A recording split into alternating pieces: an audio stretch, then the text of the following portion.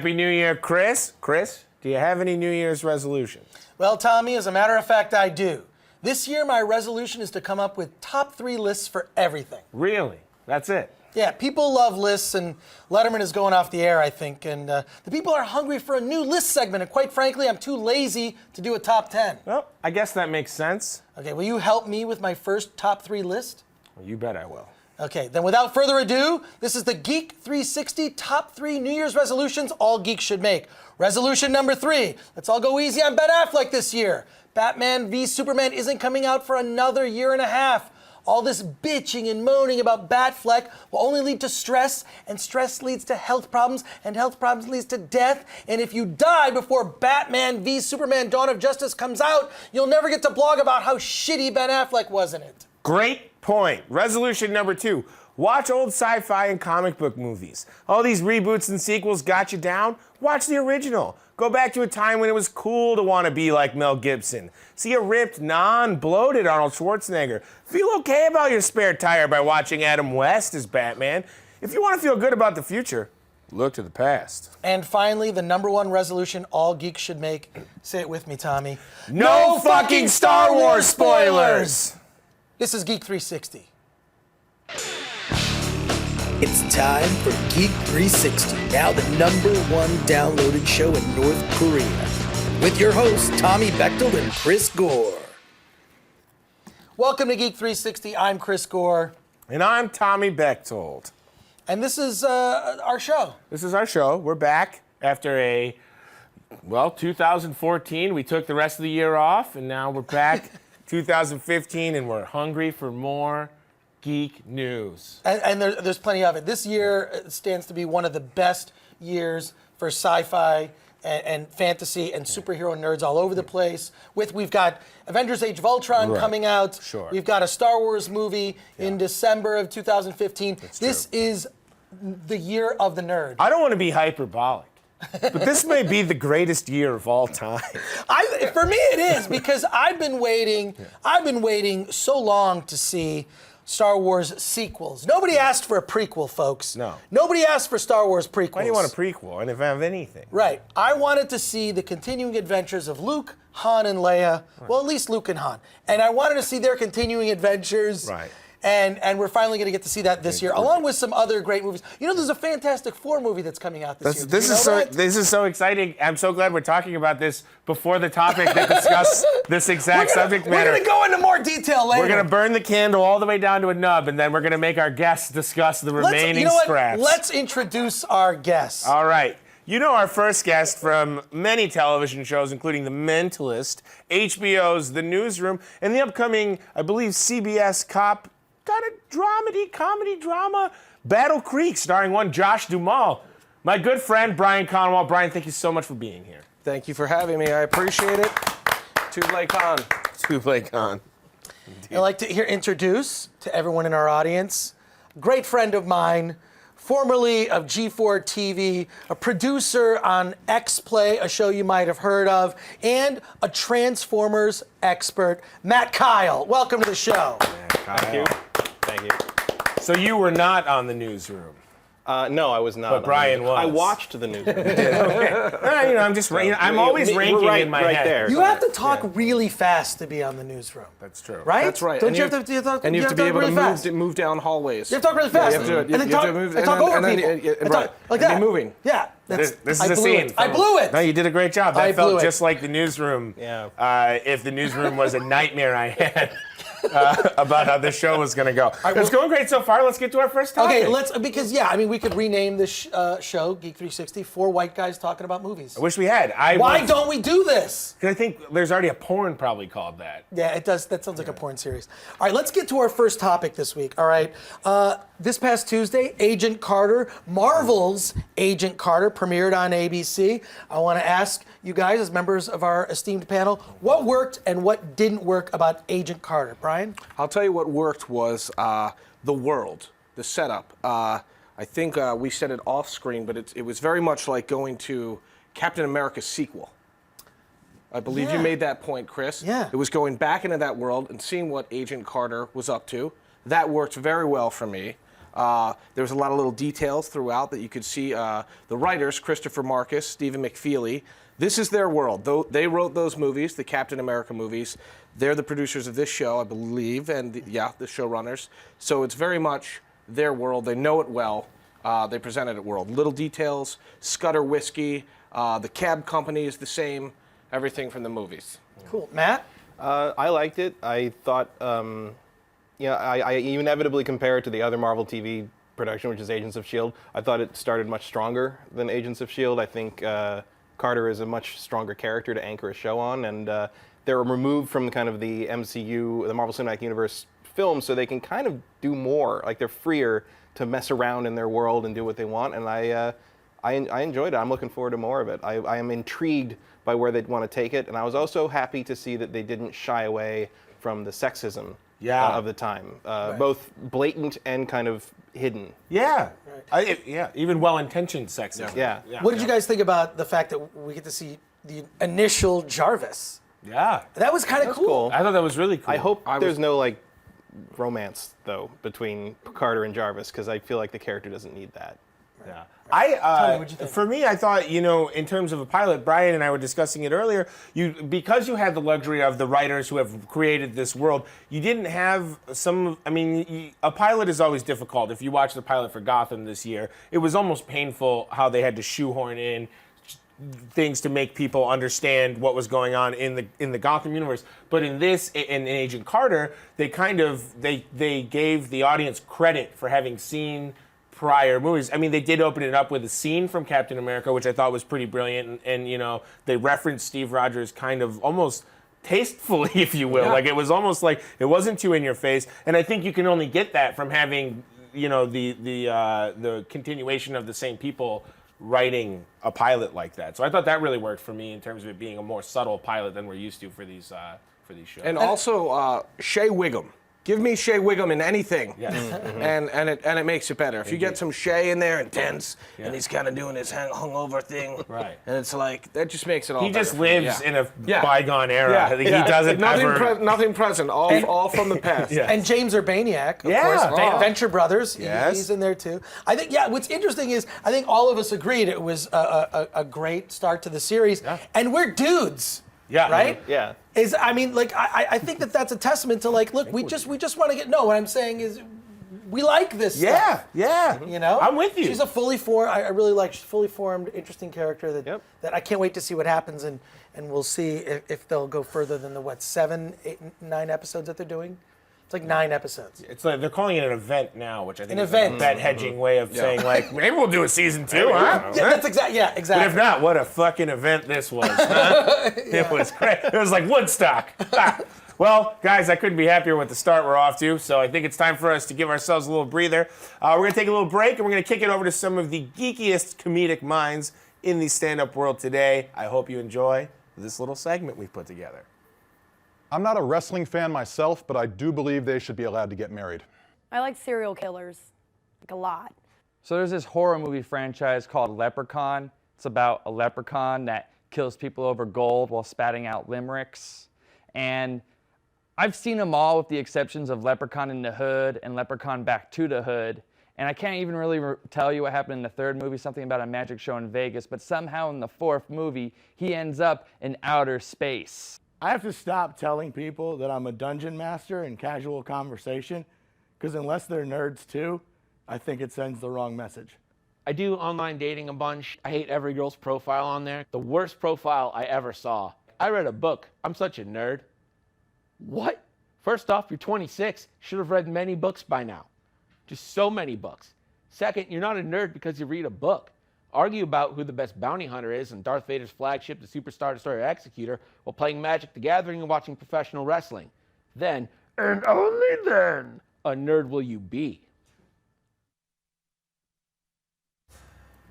All right. Well, we got to keep this train moving, guys. That was great. Those guys are freaking hilarious. Those guys are good. Those are very good. We're going to do a few shout-outs right now. I want to shout out my guy, Rick Curtis. Thank you for checking and tuning in, Rick. I want to shout out Faquad. I believe there may be a less tasteful way to say that name, but I'm going to say Faquad. Okay? I also want to shout out Will Chitty. Will Chitty. Come on now. Will Chitty sounds like a bootlegger. He's probably a lawyer. He's going to sue me now for defamation. Will Chitty, thank you for watching. God bless you. Now, let's get to our next topic, gentlemen. No ladies, just gentlemen. This is a big year for blockbuster movies. We got a lot of exciting titles. Chris burned through about 15 of them during the intro, but we're going to try and recover. I just brought their names up. I didn't really discuss them. You got excited. I got excited. Like it. You know, it's fun. I like what you did. I think you did a great thing. So, I want to know from our guests and from Chris yourself, what are the movies that you're most jonesed about? What are the movies you're most excited about coming up this year? And if you want to throw in a movie that you think should have never seen the light of day, put it in our burn book. I'm fine with that as well. Brian, we'll start with you. What are you excited about? I'm gonna go right to the obvious. I'm ready for Star Wars. Sure. I need some Star Wars in my life. Right. Chris hit on the point of let's see what all the hype's about. Let's see where they've gone, taking these characters that we've known since childhood. Mm-hmm. I want to see some Han Solo. You know, I want to see what Harrison's up to over there. Sure. Yeah, Leia, and we've got Mark Hamill on it as well, I believe. Bearded Mark Hamill. Bearded Mark Hamill. I mean, this has a lot of potential. A lot of people were complaining about that trailer. I love the trailer. What's to complain about? A series of shots of things that are totally Star Wars. Right. No problem. Love it. And that ball droid was real. Yeah. The ball droid wasn't CG. It was Oh, a real really? thing. It was a practical effect. I don't know if you guys have hit on that, the triple sword, the Sai-looking lightsaber. Yeah. Awesome. Don't know how it's going to be used, but Maybe we trust the filmmakers. Yeah. for We trust once. it. Yeah. Yeah, I mean, they've taken it away from George, right? So I mean, we've got JJ at the helm, so... Yeah, but we did find, we did find out that Palpatine's real first name is Sheev. Sheev. And people were like, "Oh, Disney's already ruined it." Like, no, that name came from Lucas apparently. So Lucas, one last one from downtown. he hurled a full court. Palpatine. Here we go. One last point. Yep. Sheev Palpatine. So probably originally it was supposed to be like Seamus. He was like, no, we got to make it Sheev. Yeah, like that. Originally, I think there was in the original script there was something about how his name might be Kaz Dashit because he caused all the shit to happen. I'm not making that up. That's an actual thing I read from the annotated. Lucas went through a real big pun period, didn't he? He was just like, all my movies will be pun-based. Well, Luke Skywalker, Luke S. Luke S. He named it after himself. Oh my God, my mind just exploded. Did I just blow your mind? Yeah, I didn't know that. I gotta take a sip of this delicious hint water. It won't get you through your divorce, but it'll keep you hydrated. Anyway, Matt, movies you're excited about? I got to go with Age of Ultron because I'm a Yes. huge Marvel fan, and but it's too obvious. So I'm also going to say I'm really looking forward to Fast and Furious 7. Yeah? Like I really liked 5 and 6, and I never thought I'd say that, but like I thought they were great action movies, and I'm excited to see the 7th one, and I'm excited to see what Justin Lin does with Star Trek. Like I think that's a cool franchise they've built it into. Yeah. No, I think those movies, I agree with you. I mean, I think you got to take them at what they are. You know, I mean, you're not getting like Hamlet. Like you're getting cars racing and things exploding and people shooting guns, and they deliver it every single time. And it's always fun. You're never like... It's what the Expendables wants you to think it is. Right. You know, but it's what Fast and Furious actually delivers. Right. I agree. I don't want to be a dark horse, but I'm also... I'm interested to see how they've handled the Paul Walker thing. Yeah, right. And I want to see, because the trailer looked good. He's in there. It looks like he's in the whole movie. Yeah. So I want to see how they're able to. Well, I think they actually, and I may not be quoting an actual source, and I may have just made this up, but I believe his brothers stepped in to do body doubling for him. Oh. For to finish some shots. Well, they do have nice bodies, Tom. All the Walkers have nice bodies. Yeah. Chris, I've got to know what you're excited about. You're a big movie guy. You're a movie muse to me. You guys stole the ones that I wanted to say. Okay. We just stole them back from your opening. Right, exactly. But Age of Ultron and Star Wars: The Force Awakens. But actually, I'm really I'm curious. Not going to say I'm excited. I'm curious to see if we're going to ever see a good Fantastic Four movie. Because the Fantastic Four was my gateway comic book. Yeah. It's the comic book that made me fall in love with reading comic books as a kid. Yeah. And I have not seen a good Fantastic Four movie yet. I think that those two that came from Fox, the initial ones, were Well, and where kinda is it? But the thing is, the rumor is that the trailer for Fantastic Four is going to premiere during the Super Bowl because Josh Trank's Chronicle had a trailer during the Super Bowl. So that's the rumor. And I just saw Miles Teller in Whiplash, which I thought was amazing. If you have not seen Whiplash, Miles Teller plays Ben Grimm in the Fantastic Four. So basically, they've taken Fantastic Four, younger cast, but we have no idea. I'm just curious to get a look at what this movie's going to be. We've heard a lot of negative stuff, but we haven't really seen anything to base an opinion on. I don't know if I'm supposed to hate it yet. Right. So I really just want to see it for myself. I just want to give me a trailer, give me a teaser poster, give me something. But this movie opens in 8 months, Right. and we've seen nothing. We know nothing. Nothing. We know nothing. Nothing. Now, can I just say that Nothing. the one thing I think that we haven't talked about, I we need did that mention you did need that card, so I'm going to hand you mine. But we're a team here. We love each other.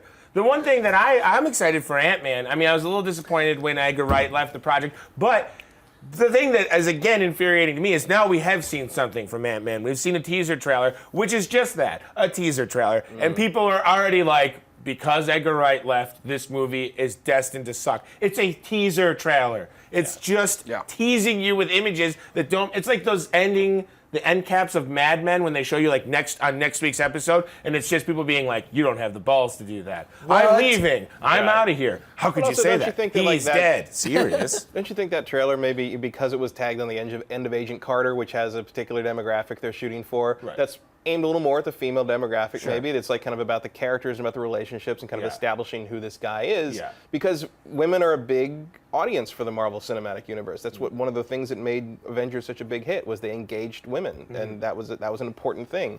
So I can see the Ant-Man trailer kind of not really being for our hardcore nerd audience so much. It's trying to introduce you to these characters and show you what this is going to be. And there's going to be more later that will give us a better idea. Engaging women, always a difficult task. Is the Ant-Man now that's going to be? Is it in the same tone of Guardians? Would you say a little I'm comedy? hoping a little, for that. I mean, yeah. you have Paul Rudd and you have Michael Douglas coming off of Behind the Candelabra, where he wasn't exactly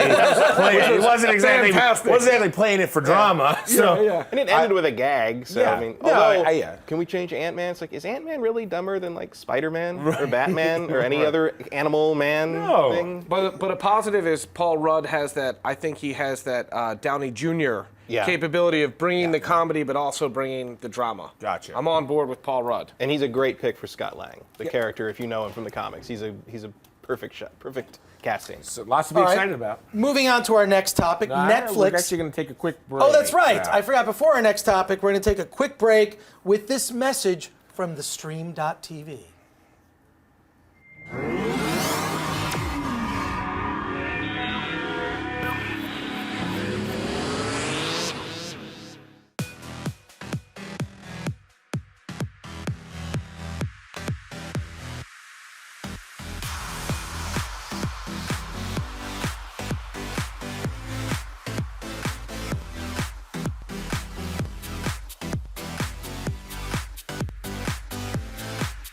Just in case you missed it live.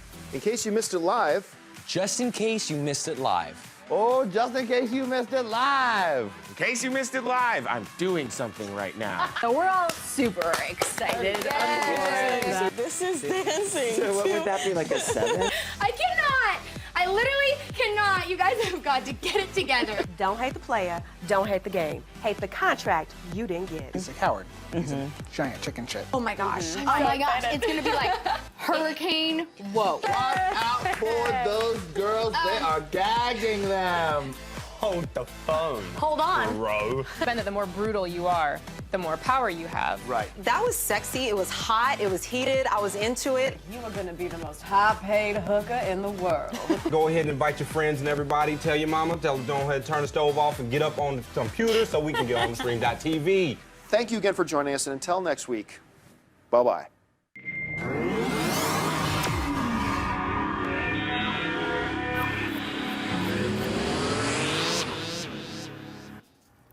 And yes, I can scream nothing a few more times. But before I do that, let's get on to our next topic. Great. All right, you guys, I have a question for you guys. Netflix has announced that Daredevil will premiere April 10th with all the episodes available for binge watching. Do you think this type of release will work for a Marvel show, essentially playing out as like a 10-hour movie, or do the TV versions of these properties need to hide behind the slow pace of a television season so that we can discuss the episodes in between? The point is this, do you binge watch these Netflix shows, and are you going to be doing that on April 10th? I'm absolutely going to do the binge watching. I think I binge watched House of Cards. fantastic. You know, you can talk to people, the water cooler conversation. It's just so convenient. It's so nice. You have that cliffhanger. It's painful when you're watching it on TV. It's getting to the next week, you know? It's like, I love being able to sit there and, you know, do 3 episodes, take a break. Well, let's go around the room. So binge watch, what are you? I'll binge watch, for sure. I'm going to binge. I mean, I feel like I'm going to be forced into a binge-watching situation, but I don't want to be. So this is the question then. We're all going to binge-watch Daredevil on April 10th. It's not the, I mean, I've done it with House of Cards.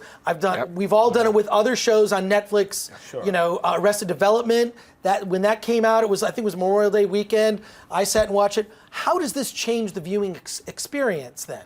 Well, to me, it's like I would wish I could have binge-watched Agents of S.H.I.E.L.D. because Agents of S.H.I.E.L.D. always had those episodes where you're like, I don't know if I want to do this again next week. You know, like, it gives you all this time to sort of like second-guess your DVR choices. Sure. And like with this, at least if there's a bad episode of Daredevil, you can check next one. Let's see what happens. You know, redeem yourself right now, right in front of me. Yeah. And I kind of, there's an inertia and there's a momentum that builds with these like binge-watching things that guarantees I'll get through all of it, even if there's rough points. And I think I like that. I mean, I don't mean to sound like an old man, but I just feel like there's just so much pressure when they all come out on the same day to like, oh God, if I'm gonna go to work and, you know, this hypothetical world where I have a job, you're gonna go to work and you're gonna be like, everyone's gonna be like, well, we all whipped through Daredevil over the weekend, you know, we're sipping Mai Tais. What did you do? And I'm like, you know, I'm drinking hint water, trying to get my life back together. And, you know, I didn't have time to watch all the Daredevil episodes. And now I'm punished. Now I don't get to know what happens. Maybe I'm being an old man about that. I just can't wait because Kingpin is going to be awesome.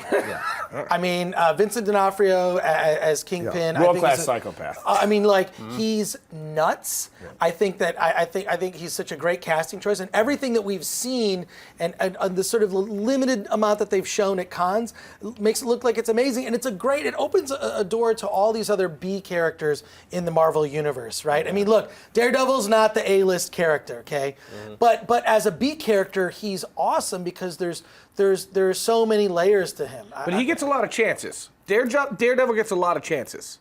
Yeah. You know what I mean? They keep bringing him back. It's like, let's get it right this time, or let's move on. But I think they will. I think based on what we've seen. I like the guy playing Daredevil who played Owen Slater on Boardwalk Empire. Mm-hmm. Fine actor. Is Charlie Cox? Is that his name? Charlie Cox?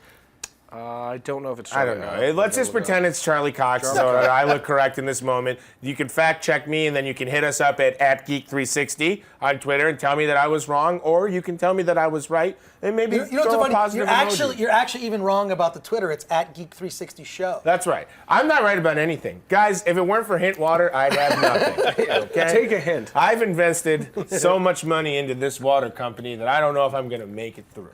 All right? Let's keep going. We've gone off the rails. Does that make D'Onofrio the only actor to have played a superhero and a supervillain from Marvel? Because he was also Thor in Adventures Babysitting. Oh my God. That's a great trivia question. Wow, I guess. Good. Yeah, I don't know. We'll let the Marvel fans fight it out. Okay. All right. Well, that's going to lead us to another segment of those hilariously geeky comedians. So nice we had to do it twice. Check out this stand-up comedy from some of the geekiest minds.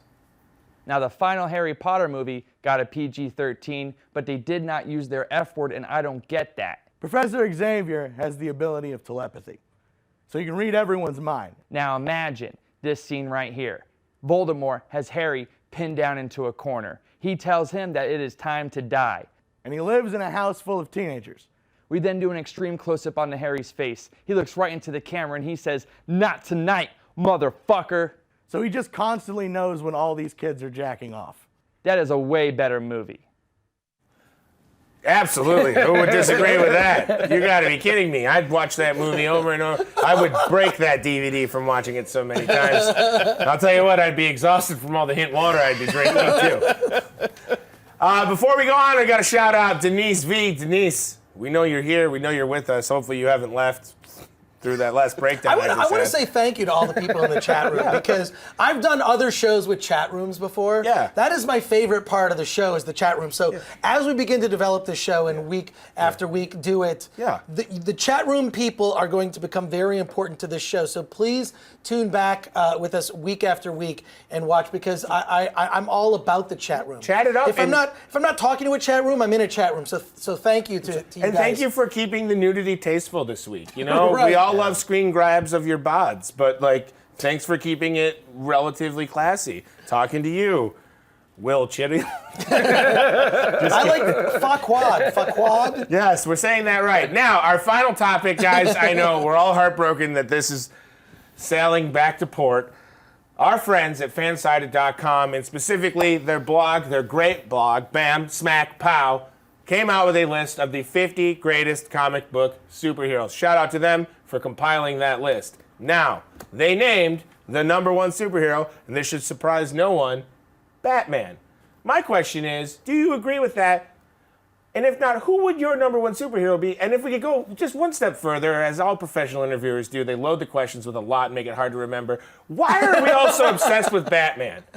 He doesn't even really have a superpower. I mean, he just has a lot of money. Please, Chris. Because anyone can be Batman. Okay. That's what's cool. I'm not from another planet. I wasn't set here from Krypton. Yeah. I like to say Krypton. I know you. That's why Batman is. First of all, I'm not surprised. I am a big Batman fan. I even have a Twitter account. Yeah. At Bat Chris Gore, where I only tweet things about Batman. Right. That's where I hide all my Batman obsession. It doesn't surprise me. It's also the merchandising would bear it out. The only one that's closest is Spider-Man, actually for Marvel. Yeah. Spider-Man in terms of merchandise. I feel like kids glom onto Spider-Man a lot. Like young boys love Spider-Man. But what do you guys think? Well, I mean, I'm a Marvel fan. I've been reading Marvel comics since 1979. It goes way back, and I have to give it to Batman because who the hell else? I mean, he's the comic book super. I mean, it's either him or Superman, I think. And Batman, I think, just he's like you say, anyone can be Batman. And the other thing is, even with all the different versions of Batman, like you've got the goofy Adam West version, you've got the violent kind of Frank Miller version, you've got the dark Tim Burton version. But his like superpower is always his brain. Yeah. It's always him. It's always his thinking, is a detective ability or his ability to kind of outsmart his enemies. And I think that appeals to just about anybody. Superman was, in fact, number 2 on this list. Just as a reminder, or as a for their list. Yeah. I would go back and forth. As a kid, I think I preferred Superman. Superman can fly. He's got a red cape as opposed to a black outfit. As a kid, you like bright colors. Yeah. Very simple. Sure. I think nowadays, I'd go with the Batman. Yeah.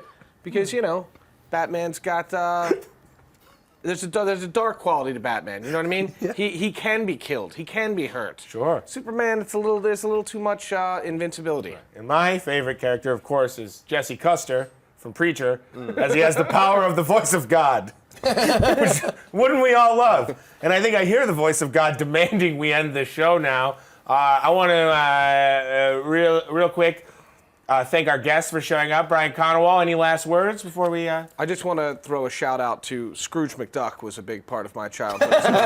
And the mini bin, the money bin, I feel like I should give him some credit. Appreciate that. Matt Kyle, any last words? I'm just sitting here hoping Transformers 5 is better than the last 4. Man, we're praying for you, buddy. Chris, as always, it's been a pleasure to do this with you. You guys can follow us at Geek 360 Show.